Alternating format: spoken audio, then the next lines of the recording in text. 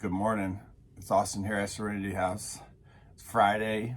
Hope y'all have a good weekend. No clue what the weather's going to be like. Probably be like 3 different types of weather, I'm sure. But I'm grateful to be in a warm office this morning, so I guess it could be worse, right?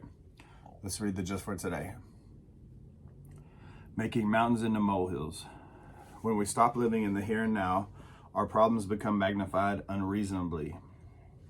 Some of us seem to make mountains out of molehills with our problems. Even those of us who found some measure of serenity have probably blown a problem far out of proportion at some time in our recovery. And if we haven't done so yet, we probably will before long. When we find ourselves obsessed with a complication in our lives, we will do well to sharply remind ourselves of all that is going right. Perhaps we're afraid we won't be able to pay our bills for the month. Instead of sitting at the calculator, adding our financial liabilities over and over, we can take stock of our efforts to reduce expenses. Following this mini inventory, we continue with the task at hand, remind ourselves that as long as we're doing the footwork, a loving higher power will care for our lives. Mountain-sized problems happen sometimes, but we don't need to create them. Trust in a loving God of our understanding will put most of our problems in their proper perspective. We no longer need to create chaos to feel excited about our lives. Our recovery gives us continuous real-life opportunities for excitement and drama. Just for today, I will take a realistic look at my problems and see that most of them are minor. I will leave them that way and enjoy my recovery. As I'm reading the sentence, we no longer need to create chaos to feel excited about our lives. That explains a lot of things that I have done.